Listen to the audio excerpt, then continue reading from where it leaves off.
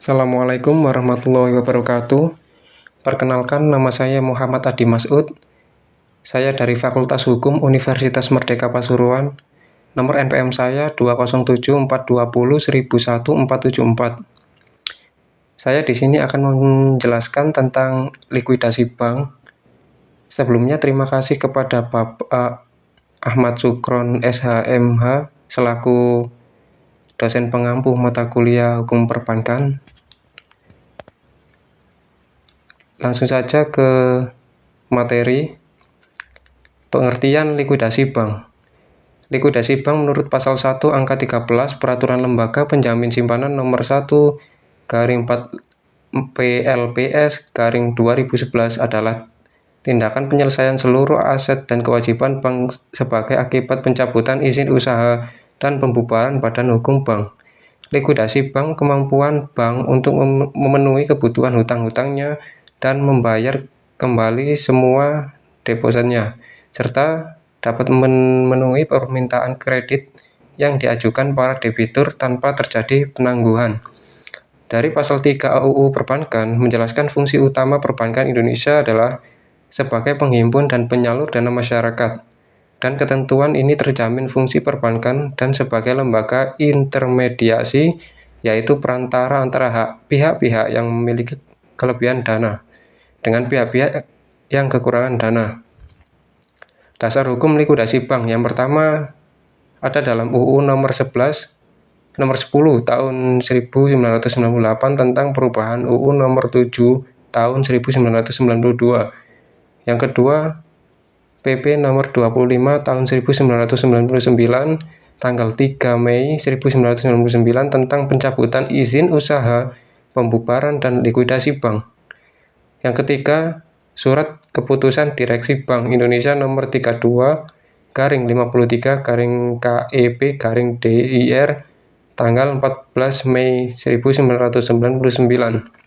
Dan keempat, Peraturan Pemerintah Pengganti Undang-Undang nomor 2 tahun 2008 sebagai telah ditetapkan dengan Undang-Undang nomor 6 tahun 2009. Yang kelima, Peraturan Pemerintah Pengganti Undang-Undang nomor 3 tahun 2008 sebagaimana telah ditetapkan dengan UU nomor 7 tahun 2009. Yang keenam, UU nomor 1 tahun 1995 tentang PT. Yang ketujuh, Peraturan Bank nomor 7/3444/PBI/2005.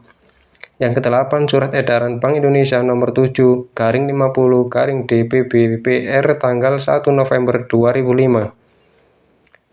Yang kesembilan, Peraturan Lembaga Penjamin Simpanan nomor 2/PLPS/2005 tentang likuidasi bank, yang kemudian diganti dengan disempurnakan dengan Peraturan Lembaga Penjamin Simpanan nomor 2/PLPS/2008 tentang likuidasi bank.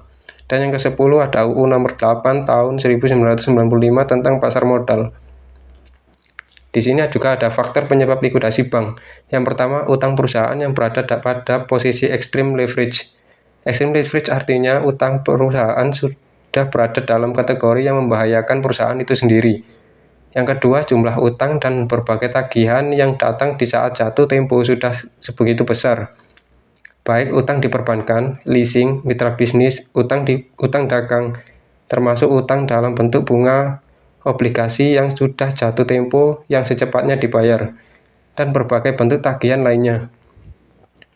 Yang ketiga, dari faktor penyebab likuidasi bank, yaitu perusahaan telah melakukan kebijakan strategi yang salah sehingga memberi pengaruh pada kerugian yang bersifat jangka pendek dan jangka panjang.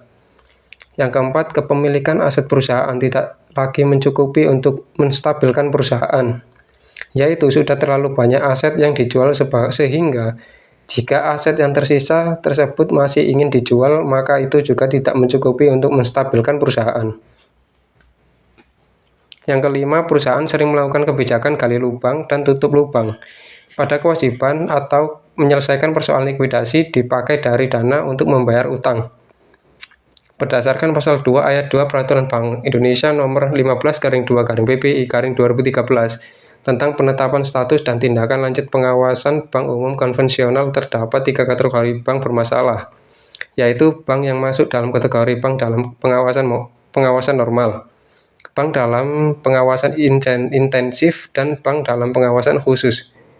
Berdasarkan pasal 3 ayat 1 Peraturan Bank Indonesia nomor 15/2/PBI tahun 2013 tentang penetapan status dan tindak lanjut pengawasan bank umum konvensional menyatakan bahwa dalam pengawasan normal namun dinilai memiliki permasalahan yang signifikan, maka direksi, dewan komisaris, atau pemegang saham pengendali bank wajib menyampaikan rencana tindak action plan kepada Bank Indonesia.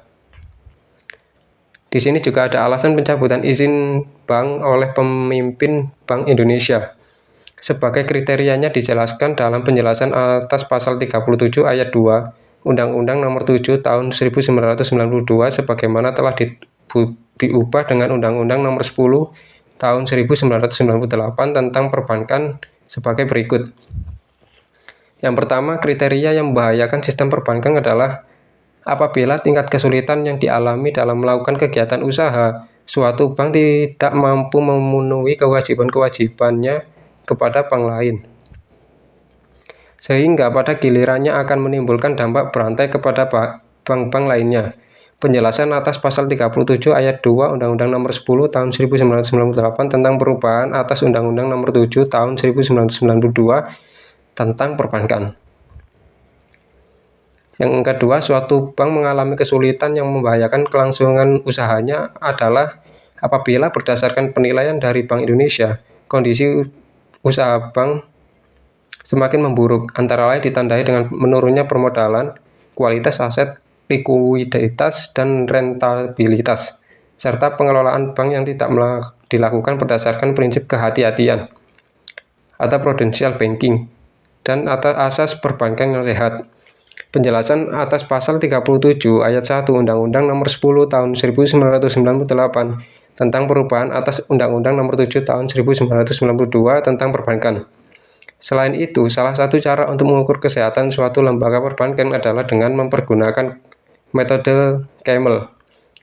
CAMEL atau per capital asset management earning liquidity merupakan salah satu metode penilaian kesehatan perbankan. Proses likuidasi bank. Merujuk pasal 5 UU nomor 24 tahun 2004 tentang lembaga penjamin simpanan, salah satu tugas LPS adalah merumuskan, menetapkan, dan melaksanakan kebijakan penyelesaian bank gagal yang tidak berdampak sistematik serta melakukan penanganan bank gagal yang berdampak sistematik. Terima kasih atas